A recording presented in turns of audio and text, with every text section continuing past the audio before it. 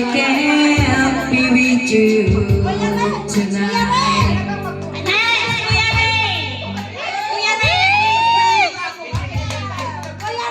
No, I want to hold you in my arms tonight.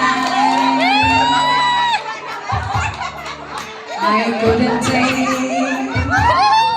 the chance, 'cause it won't be right.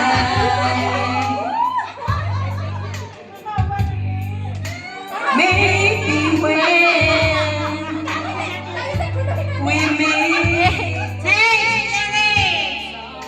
other time, 'cause tonight I want to share my love with you.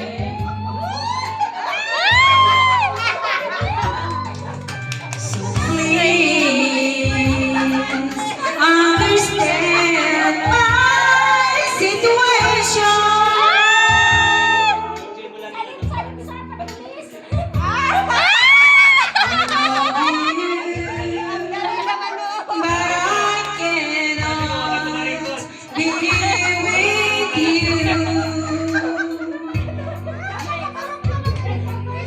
If I could be in two places, okay, next woman. At the same time, next year,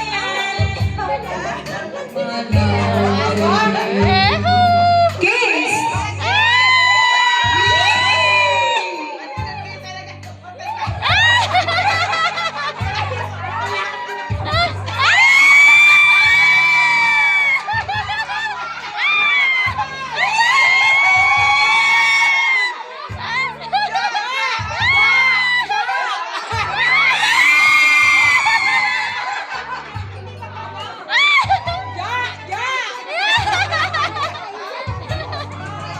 So please understand my situation.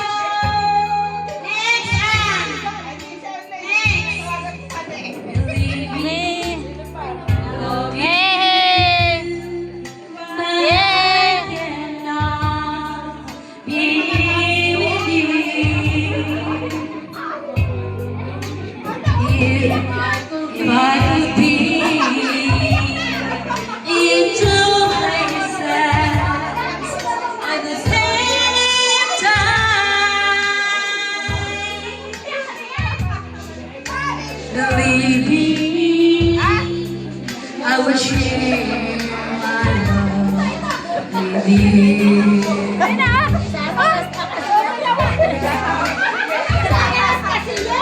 Believe me,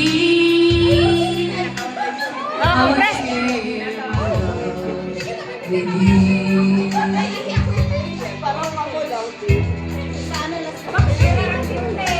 Believe me, I will share my love with you.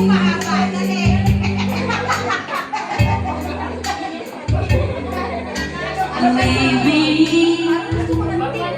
I will share my love with you. Happy birthday!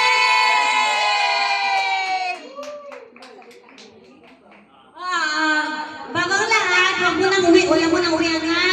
Magbigay si Miss Ann ng message sa mother, okay? Hi everyone. Bisaya ko ha, Bisaya matatanan no. Ay Tagalog. Saya.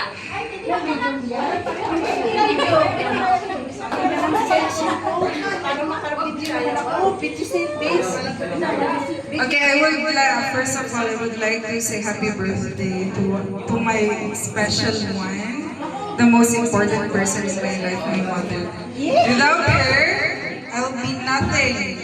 It's not like kung anong nakita nyo ngayon, I will not be like this because of my mom's. The sacrifice of my mom. Yes! Di naman ako maiiyak yan!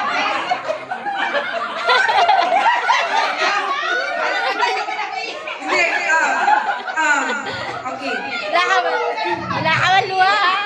Okay, sa hindi nakakaalam, ako lang to ang isang anak niya. One and only daughter, no more, no less. I didn't experience mother from my childhood days kasi baby pa lang ako, nasa abroad na si mama. I've been alone, independently for my whole life.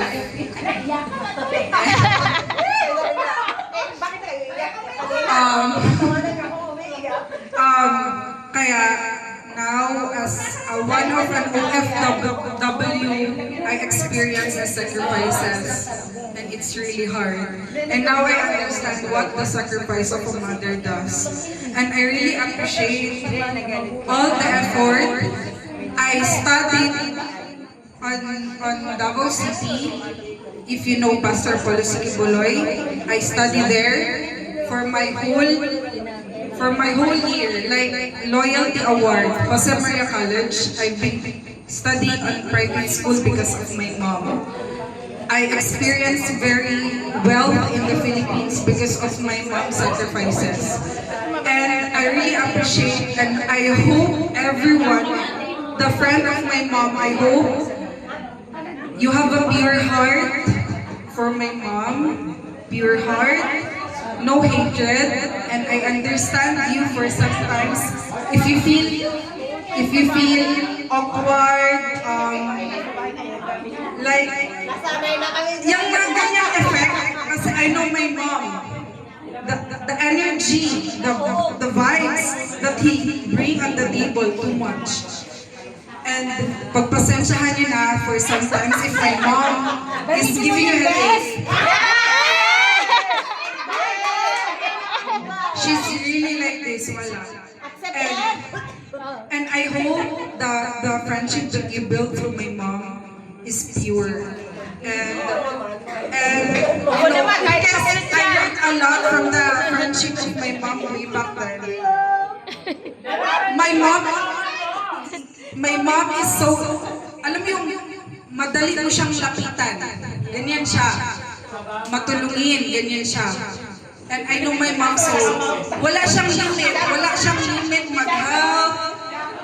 Wala siyang limit mag-show off ng feelings niya, ng confidence niya. Kaya minsan, annoying na siya, pagpasensyahan niya na talaga kasi ganyan talaga yung energy niya. And I grew up without father. So my mom was a mother-father to me. Siya lahat. As in, siya lahat. Siya lahat ng expenses ko everyday. And I'm not telling to you this one for some times, but now I'm telling I love you, Ma. I love you, Ma. Even though sometimes hindi masyado kami magkasundo. But still, I got your back all the time, Mom. Sorry. I'm here for you all the time, no matter what happens. And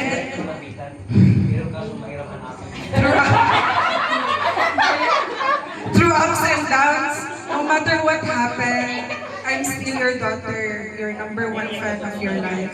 I love you, Mom. Yay! Happy birthday! Talaga kasi ng panahon, guys. Hindi ko siyang nakasama sa birthday ko. Ayun lang.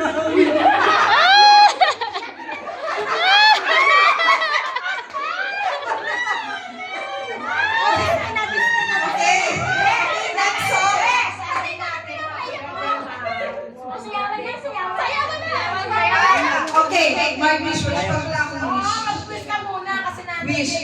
Wish. Mag-wish. Okay, Mom, as 30 years existing in this world, I wish you all the best in life. I wish you more blessings to come, more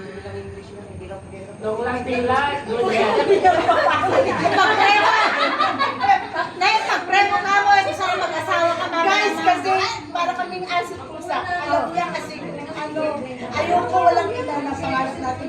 Ngayon ko lang talaga sila kasama sa buong. Huwag kang umiyak sa rin. Ka nang umiyak. Hindi maganda. I wish you all the best in life, Ma. More birthday ka. you do a great job for your family, for your friends, and to everyone who's with you. And I hope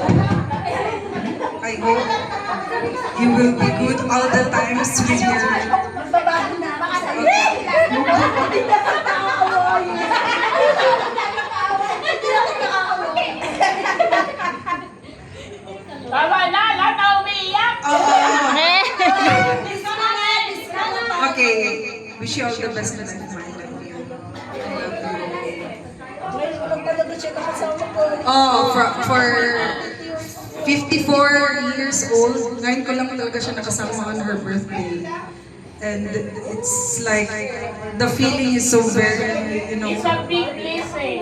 yes, blessing. Okay, tama na iyakan, next! Bulldogs na, Bulldogs. Guys, salamat talaga sa inyo, Kuya Ray. Sa inyong lahat, talagang salamat, Kuya Ray. Thank you talaga. Thanks for having us too, Bessie.